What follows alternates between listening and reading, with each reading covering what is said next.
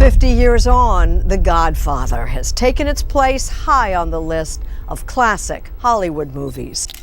Released in 1972, this film earned over $250 million worldwide, despite having a production budget of only $6 million. It not only dominated the box office, but also won 3 Academy Awards and was immediately hailed as one of the greatest masterpieces in cinema history. And that film was The Godfather, an immortal legend, yet behind its glory lay countless dark and bizarre stories that the crew kept hidden for decades. On set, a blood-soaked, severed head suddenly appeared, causing the actors to panic vomit and even scream to cancel the scene altogether. Even more shocking, a legendary star stunned Hollywood by coldly refusing the Academy Award. And the real reason was something no one dared to openly mention. And those are only 2 out of 20 shocking truths concealed behind this cinematic masterpiece. Stay tuned, because what you are about to hear is far darker, stranger, and more unexpected than you could ever imagine. 1. The blood-soaked horse head was not a prop.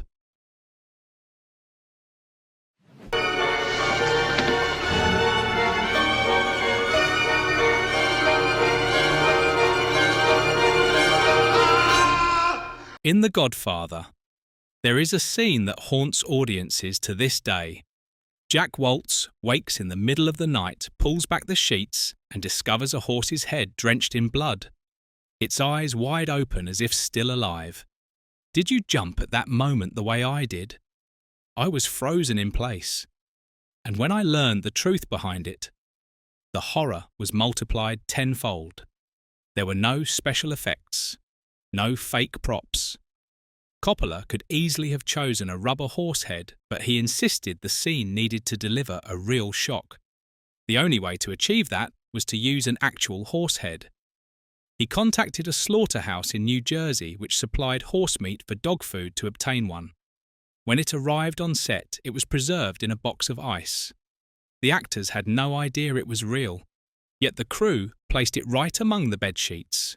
When the cameras rolled, John Marley, who played Waltz, suddenly felt his leg brush against the cold, wet flesh. Unaware of the truth, his reaction was utterly instinctive. His face twisted in terror, his body recoiled, and he screamed and vomited with absolute authenticity. Coppola achieved exactly what he wanted. If the audience isn't shaken by this scene, we have failed. The horsehead sequence became one of the most infamous moments in film history. Not because of acting or effects, but because the fear was real. And that shock was only the beginning of much darker secrets hidden behind the making of The Godfather. 2.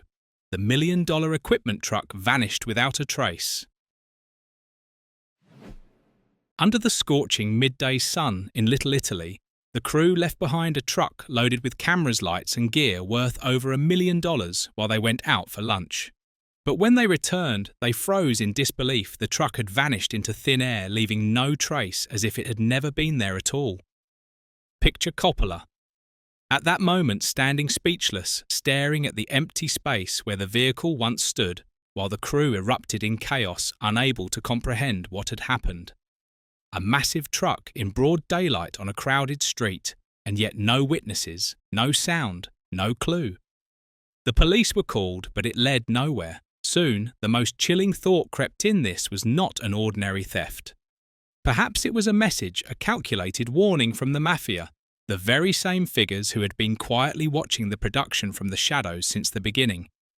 The truck was never recovered, and from that moment on, the crew realized they were making a film on a stage where the one pulling the strings behind the scenes was not Coppola, but the underworld.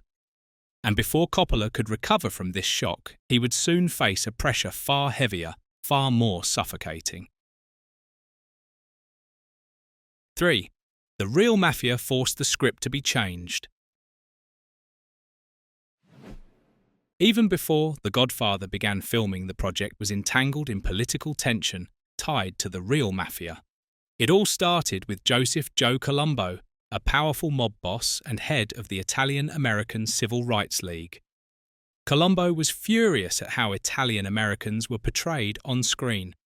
He demanded that the writers and producers remove words like mafia and Cosa Nostra from the script, claiming they tarnished the image of the Italian American community.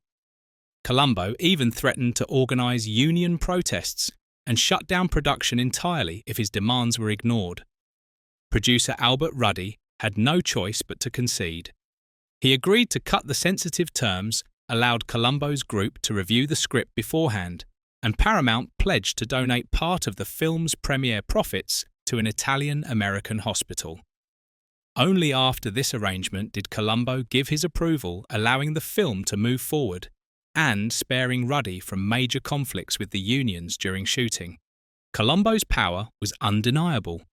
In one rally, he organised over 50,000 people, participated, a testament to his overwhelming influence in both society and the entertainment industry.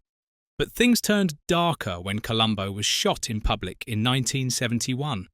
From then on, the public began to realise the power of the underworld did not just exist in The Godfather on screen, it loomed heavily behind the scenes as well. And that power would reveal itself again in an incident that made the entire crew shiver. 4. The role of Michael nearly slipped away from Pacino for being too bland. In the very first days on set, Al Pacino failed to shine.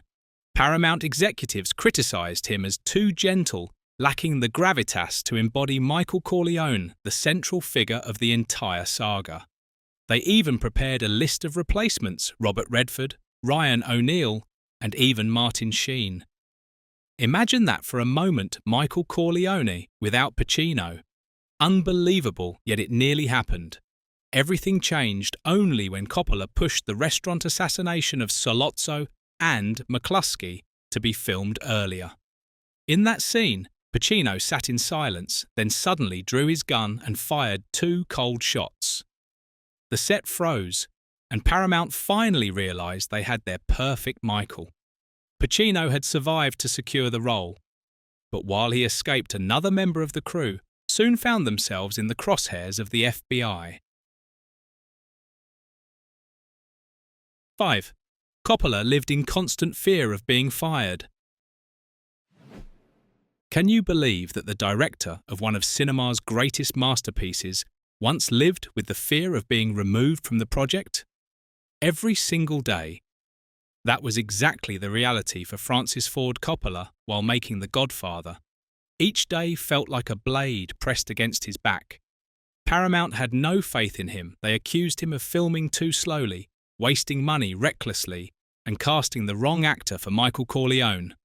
Behind closed doors, executives even discussed replacing him midway through production to save the film. To protect his career, Coppola had no choice but to compromise.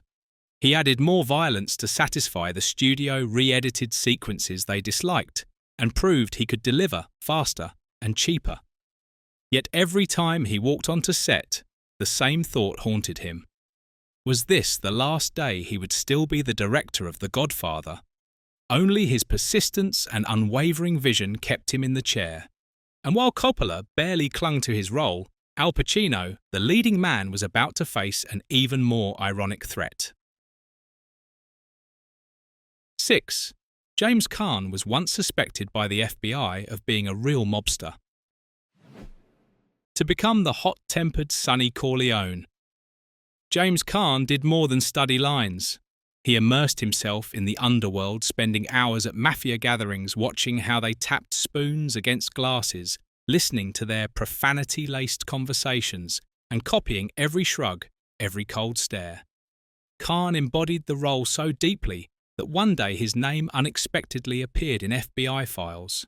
They were investigating Italian-American crime families, and amid the list of suspects emerged a Hollywood actor. Can you imagine being mistaken for a real gangster by the government all because of method acting? Caan had to explain repeatedly that it was only for preparation. But in the FBI's eyes, the line between James Caan and Sonny Corleone had already blurred. And when that line disappeared, something terrifying happened right there on set. 7. A fight scene that turned into real violence.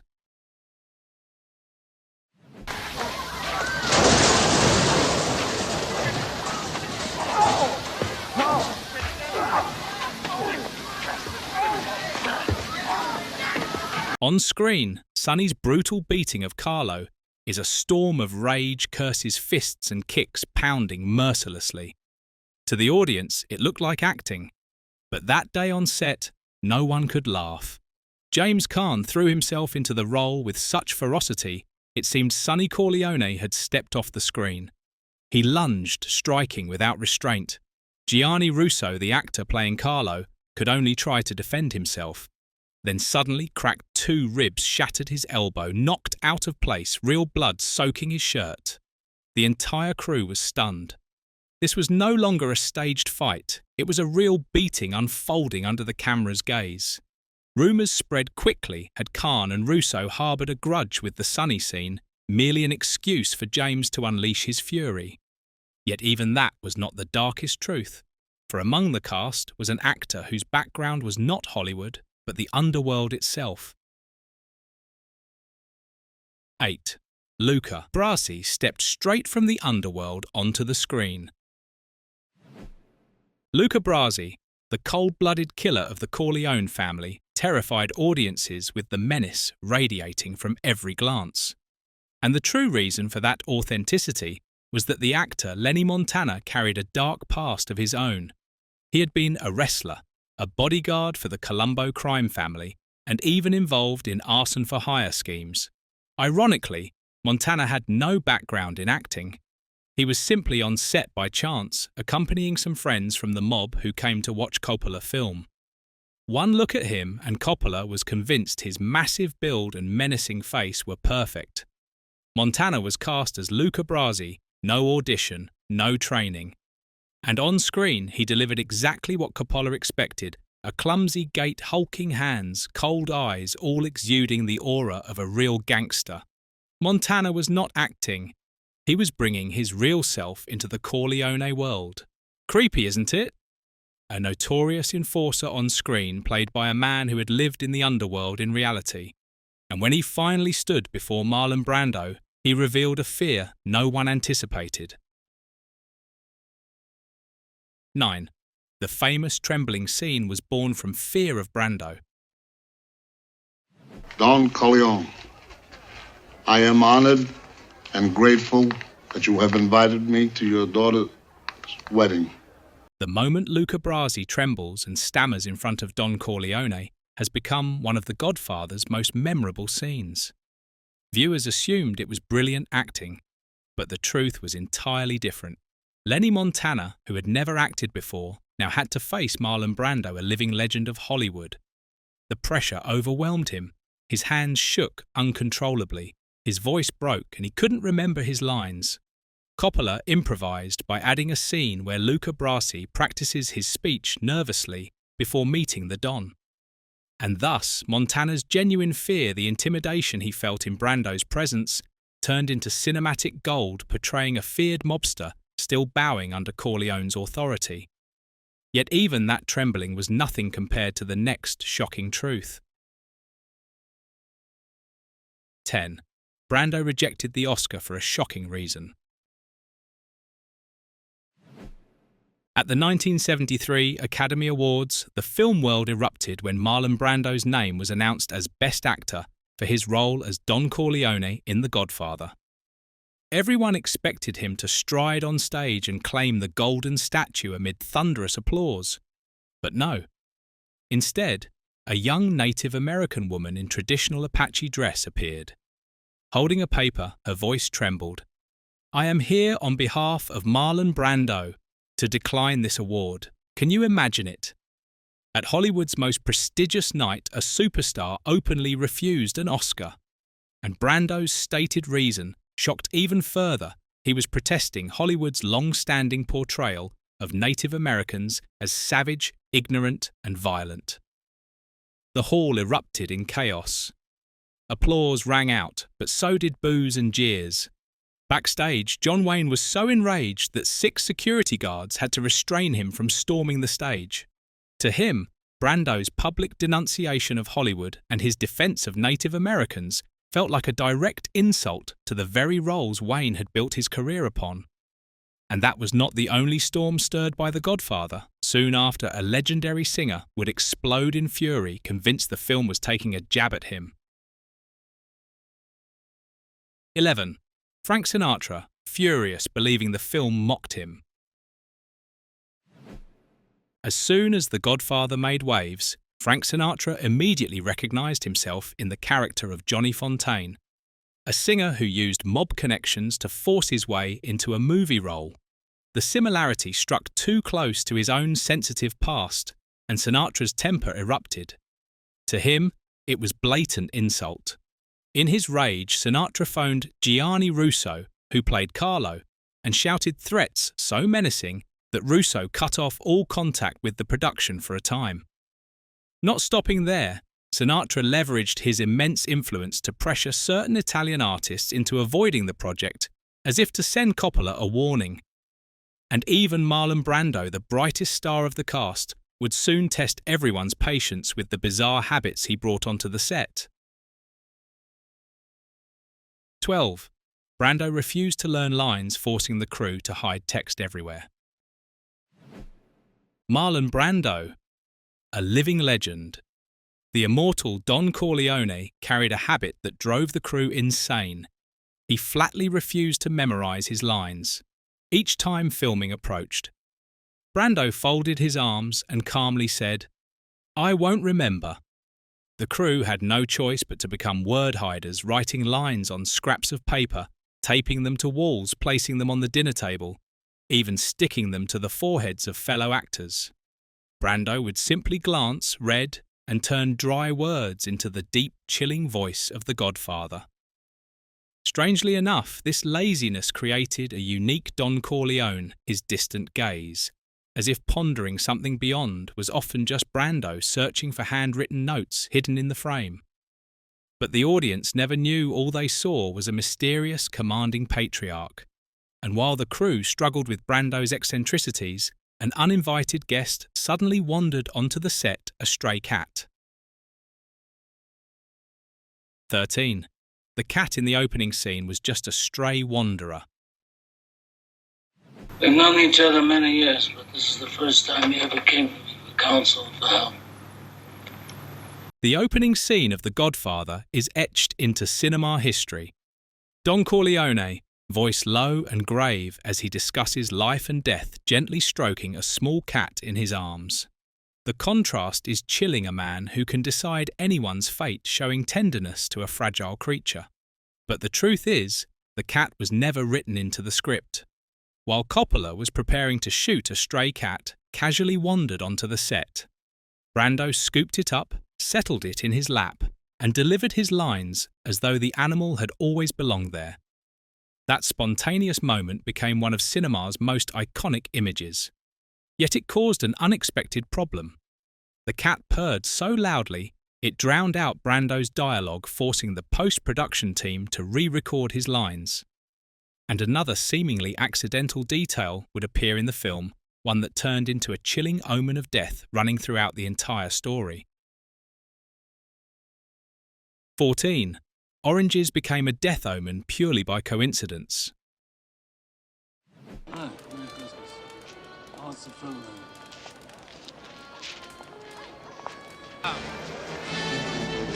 Have you noticed that almost every time an orange appears in The Godfather, death soon follows? From Don Corleone's near assassination while carrying a bag of oranges to the moment he collapses in the garden while playing with his grandson. All are linked to this seemingly harmless fruit. Audiences and critics quickly turned oranges into a death code, a symbol of looming mortality across the mafia world. Yet the truth was far less intentional. The set designers had simply used oranges to add a splash of colour to the film's dark, muted palette. An entirely accidental detail, never planned, ended up becoming a haunting cinematic legend that has unsettled viewers for decades. And while audiences obsessed over decoding that accidental symbolism, few realised the film's post-production secretly involved a man who would later become a Hollywood giant. 15. George Lucas quietly helped edit the film. When The Godfather entered post-production, Coppola was racing against time. The one who quietly stepped in to assist was none other than George Lucas, still unknown then years before Star Wars. Lucas, along with a group of young new Hollywood filmmakers, took part in the editing process, especially in restructuring the lengthy opening wedding sequence. His refinements allowed the film to maintain its epic tone without descending into unnecessary drag. It is astonishing to think that Coppola's mafia masterpiece bore the subtle fingerprints of George Lucas, a man who would later create an entire cinematic universe. And even the actress who played Mama Corleone carried with her a secret that would leave many utterly astonished. 16. Mama Corleone was only a few years older than her sons.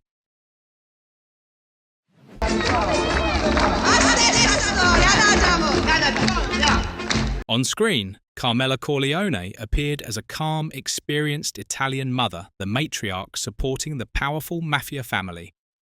But the truth behind the role left many stunned Morgana King.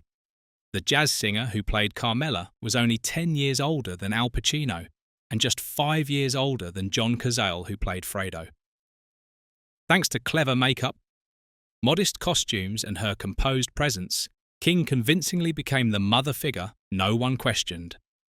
Yet when fans learnt the truth, some joked, the Corleones must be the only mafia family with the youngest mother in film history. But the surprise over age was nothing compared to another shocking fact. The film itself was made on a budget so small it seemed impossible. 17. A tiny budget forced the crew to survive by cutting corners. Today, The Godfather is hailed as a masterpiece, but at the time of production, Paramount allocated only $6 million for the entire film, a meagre amount compared to its scale. Coppola and his team had no choice but to stretch every dollar. The lead actors' costumes were rented from thrift shops. Extras had their outfits recycled, just a change of hats or jackets, and they became different people. Wedding props were reused over and over, and even food already filmed was recycled for later scenes. Yet amid such financial constraints, one star still forced the studio into drafting a $1 million contract, a condition unlike anything Hollywood had ever seen. 18. Brando had to sign a $1 million ultimatum to secure the role.